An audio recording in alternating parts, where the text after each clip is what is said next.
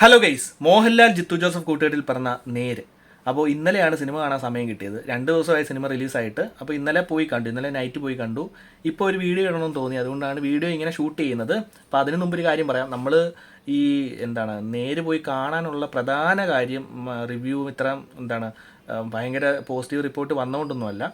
ഈ ജിത്തു ജോസഫ് മോഹൻലാൽ ടീമിൻ്റെ 3 സിനിമകളുണ്ട്. ഇതിനു മുമ്പ് ഇറങ്ങിയ 3 പഴയ സിനിമകളുണ്ട്. ഒന്ന് ദൃശ്യം 2, പിന്നെ 12th മാൻ. ഈ 3 പടങ്ങളാണ് എന്നെ ഇത് കാണാൻ വേണ്ടിയിട്ട് പ്രേരിപ്പിച്ചതെന്നൊക്കെ പറയാം. കാരണം ഇത്ര അടിപൊളി പടങ്ങളായിരുന്നു ഈ 3 അപ്പോൾ ആ ഒരു എക്സ്പെക്റ്റേഷൻ എല്ലാവർക്കും കാണുന്ന പോലെ എനിക്കും ഉണ്ടായിരുന്നു. അപ്പോൾ അതുകൊണ്ടാണ് നമ്മൾ പടം പോയി കണ്ടത്. ഇവിടെ അടുത്തുള്ള ബുർജുമാനിലാണ് പോയി കണ്ടത്. ദുബായ് വോക്ക് സിനിമാസ് ബുർജുമാൻ, ദുബായിൽ. അപ്പോൾ അവിടെ പോയി കണ്ടത് എന്നും എടുക്കുന്ന പോലെ നമ്മൾ ഓൺലൈൻ ടിക്കറ്റൊന്നും അല്ല, ഓൺലൈൻ ബുക്ക് ചെയ്തല്ല പോയി കണ്ടത്. ക്യൂ ഒക്കെ നിന്ന് ഇതുപോലെ ടിക്കറ്റൊക്കെ മേടിച്ചാണ് കണ്ടത്. അപ്പോൾ അതൊരു പുതിയ എക്സ്പീരിയൻസ് ആയിരുന്നു. ഇവിടെ വന്നതിന് ശേഷം അങ്ങനെയാണ് ഞാൻ ടിക്കറ്റ് എടുത്ത് ആദ്യമായിട്ടാണ് ഒരു പടം കാണുന്നത് ദുബായിൽ. അപ്പം ആ കാര്യം അതല്ല, സിനിമയെ പറ്റി പറയുകയാണെങ്കിൽ ഭയങ്കര എക്സ്പെക്റ്റേഷൻ ആണെന്ന് ഞാൻ പറഞ്ഞല്ലോ. അപ്പോൾ ആ എക്സ്പെക്റ്റേഷൻ മീറ്റ് ചെയ്തോ എന്ന് ചോദിച്ചു കഴിഞ്ഞാൽ മീറ്റ് ചെയ്തെന്ന് പറയാം. കാരണം എജ്ജാതി സ്ക്രിപ്റ്റാണ്, അതുപോലെ ഡയറക്ഷനും. സിമ്പിൾ സിനിമയാണ്, വലിയ സംഭവമൊന്നുമല്ല. ടെക്നിക്കൽ മികവ് കൊണ്ടോ സ്റ്റണ്ട് മറ്റു കാര്യങ്ങൾ ബീജം അങ്ങനെ ഒന്നുമില്ല. നൈസ് സിനിമയാണ്. നൈസായിട്ട് മേക്ക് ചെയ്ത് അടിപൊളി ഒരു ക്ലൈമാക്സിൽ കൊണ്ട് നിർത്തിയിട്ടുണ്ട്. അപ്പോൾ അത് മതി. അതാണ് ജിത്തു ജോസഫിൻ്റെ ഒരു കഴിവെന്ന് പറഞ്ഞു കഴിഞ്ഞാൽ. കഴിഞ്ഞ വർഷം ഇറങ്ങിയ കൂമൻ ആണെങ്കിൽ പോലും അടിപൊളിയായിട്ട് പുള്ളി മേക്ക് ചെയ്തിട്ടുണ്ട്. നല്ല സ്ക്രിപ്റ്റായിരുന്നു.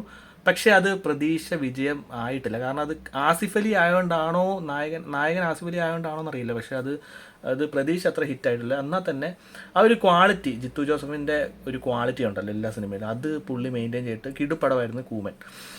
അപ്പോൾ ഇതിലെ നേരിലോട്ട് വരികയാണെങ്കിൽ നേരിൻ്റെ പ്രധാന നട്ടെല്ലെന്നൊക്കെ പറഞ്ഞു കഴിഞ്ഞാൽ മോഹൻലാൽ ആണെങ്കിൽ പോലും അതിൻ്റെ പ്രധാന അഭിനയം.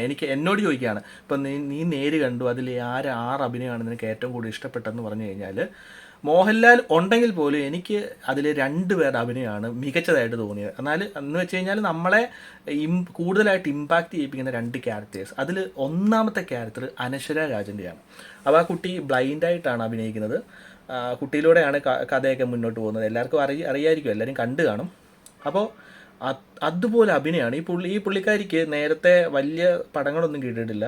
അതുകൊണ്ട് തന്നെ വലിയ എക്സ്പോഷർ ചെയ്യാൻ വേണ്ടിയിട്ട് ഒരു നല്ലൊരു കഥയോ പശ്ചാത്തലമോ ഒന്നും കിട്ടിയിട്ടില്ല. അപ്പോൾ ഇതിൽ പുള്ളിക്കാരിയുടെ ഒരു അഭിനയം കാഴ്ചവെച്ചിട്ടുണ്ടെന്ന് പറയാം. പിന്നെ പറയുകയാണെങ്കിൽ സിദ്ദിഖിക്കയുടെയാണ്. നമ്മുടെ സിദ്ദിഖ് ഉണ്ടല്ലോ, ആക്ടർ സിദ്ദിഖ്. പുള്ളിയുടെ കാര്യം പറയുകയാണെങ്കിൽ ഇപ്പോൾ മലയാള സിനിമയിൽ പുള്ളി ഇല്ലാത്ത പടം ഉണ്ടോ എന്ന് പോലും സംശയമാണ്.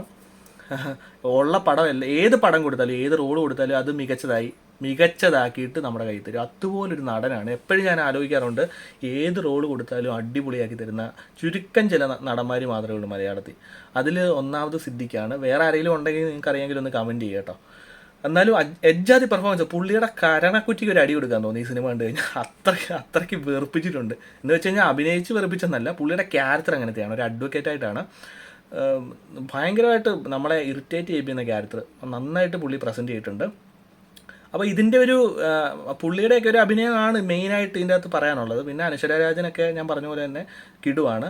പിന്നെ നമ്മുടെ ലാലേട്ടൻ മോഹൻലാലിലേക്ക് വരികയാണെങ്കിൽ പുള്ളിയുടെ കാര്യമൊന്നും പറയേണ്ട കാര്യമില്ല. കാരണം പുള്ളി വെറുതെ വന്ന് നിൽക്കുക, അല്ലെങ്കിൽ ഇങ്ങനെ സംസാരിക്കുക, ഒന്ന് നടക്കുക, അതിൻ്റെ ആവശ്യമുള്ള ക്യാരക്ടറാണ് ഇത്. വലിയ രീതിയിലുള്ള അഭിനയം കാഴ്ചവെക്കേണ്ട ക്യാരക്ടറൊന്നും പുള്ളിക്ക് സിമ്പിളായിട്ട് ചെയ്യാൻ പറ്റുന്ന ഒരു ക്യാരക്ടറായിരുന്നു. അഡ്വക്കേറ്റായിട്ടാണ്. അപ്പോൾ അത് നന്നായിട്ട് പുള്ളി ചെയ്തിട്ടുണ്ട്. മോഹൻലാലിൻ്റെ പഴയ ഇപ്പോൾ ഈ റീസെൻ്റായിട്ട് ഇറങ്ങിയ പടങ്ങളൊക്കെ നോക്കുകയാണെങ്കിൽ മുഴുവൻ ബോംബായിരുന്നു. അപ്പോൾ ആ ഒരു നിരാശ എല്ലാ ഫാൻസിനും, മോഹൻലാലിനെ ഇഷ്ടപ്പെടുന്നവർക്കെല്ലാം ഉണ്ടായിരുന്നു. അപ്പോൾ അത് ഈ സിനിമയിലോട്ട് മാറി കിട്ടിയിട്ടുണ്ട്. നല്ല സിനിമയാണ്, എല്ലാവരും പോയി കാണുക. ഈ പറഞ്ഞ പോലെ മോഹൻലാലിന് ചെയ്യാൻ പറ്റുന്ന വലിയ സംഭവങ്ങളൊന്നും വേണ്ട, പുള്ളി ജസ്റ്റ് വന്ന് നിന്നാൽ മതി. ആ ഒരു കഥാപാത്രം അങ്ങനത്തെയാണ്. അപ്പോൾ അതുകൊണ്ട് തന്നെ ഞാൻ ഈ പറഞ്ഞ അനശ്വരാജനും സിദ്ദിഖിയാണ് എനിക്ക് കൂടുതലായിട്ട് എനിക്കിഷ്ടപ്പെട്ടത് കേട്ടോ. അവർ അഭിനയമാണ്. പിന്നെ പ്രിയാമണി, പിന്നെ നമ്മുടെ MLA ഗണേഷ് കുമാർ ഒക്കെ ഉണ്ട് ഇതിൻ്റെ അകത്ത്. അവരൊക്കെ അഭിനയം അടിപൊളിയാണ്. സിമ്പിൾ സിനിമയാണ്, വലിയ സിനിമയൊന്നുമല്ല. കണ്ടു കഴിഞ്ഞാൽ നമ്മളിപ്പോൾ പറയുന്ന തൊട്ട് ഭയങ്കര സിനിമയാണോ അങ്ങനെയൊന്നും ചോദിച്ചു കഴിഞ്ഞാൽ അല്ല. ഇതിലെ കളി മുഴുവൻ നടന്നിരിക്കുന്നത് സ്ക്രിപ്റ്റിലും ഡയറക്ഷനിലുമാണ്. പിന്നെ അതിന് ആപ്റ്റായിട്ട് പോകുന്ന ബാക്ക്ഗ്രൗണ്ട് മ്യൂസിക്, അതാരാ ചെയ്തതെന്ന് എനിക്കറിയില്ല. പേര് അറിയാൻ ഞാൻ മറന്നുപോയി സത്യത്തിൽ.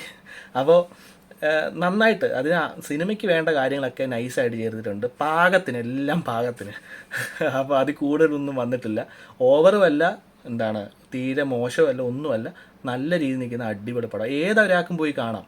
ഇപ്പോൾ ഇത് യൂത്തന്മാർ, എന്താണ് ഫാമിലി, അല്ലെങ്കിൽ വയസ്സായ, അങ്ങനെയൊന്നുമില്ല, ഏത് ആൾക്കാർക്ക് പോയി കണ്ടാലും മനസ്സിലാവുന്ന ഈസി ആയിട്ടാണ് ഇത് പ്രസൻറ്റ് ചെയ്തിരിക്കുന്നത്. അതുകൊണ്ട് തന്നെ ഇപ്പം കണ്ടിട്ടുണ്ടല്ലോ, തിയേറ്റർ മുഴുവൻ ഹൗസ്ഫുള്ളാണ് ജനങ്ങളെ കൊണ്ട്, എല്ലാ പ്രായക്കാരും വന്ന് കാണുന്നുണ്ട്. പിന്നെ മോഹൻലാലിൻ്റെ സിനിമയാണല്ലോ, ഒന്ന് പോസിറ്റീവ് ഇട്ടിക്കഴിഞ്ഞാൽ, പടം കയറി കൊളുത്തിക്കഴിഞ്ഞാൽ പിന്നെ പറയേണ്ട കാര്യമില്ല. ഇത് ഉറപ്പായിട്ടും 100 കോടി അടിക്കുമെന്നാണ് തോന്നുന്നത്, കാരണം അത്രത്തോളം ഹൗസ്ഫുള്ളാണ്. ഇപ്പോൾ ഇവിടെ ദുബായിലാണെങ്കിൽ പോലും എനിക്ക് സീറ്റ് കിട്ടിയത് ഏറ്റവും മുമ്പിലത് റോയിലാണ്. ഞാൻ തന്നെ ഇങ്ങനെ മേളിലോട്ട് നോക്കിയാണ് കണ്ടത്. അപ്പോൾ ആ പെടലിക്ക് വേദന ഇപ്പോഴും മാറിയിട്ടില്ല. ഹൗസ്ഫുൾ എന്ന് പറഞ്ഞാൽ ഹൗസ്ഫുൾ. അപ്പോൾ ഇത്രയൊക്കെ ഉള്ളൂ സിനിമയെ പറ്റി പറഞ്ഞു കഴിഞ്ഞാൽ. എല്ലാവരും പോയി കാണുക, കാരണം നല്ലൊരു സിനിമയാണ്.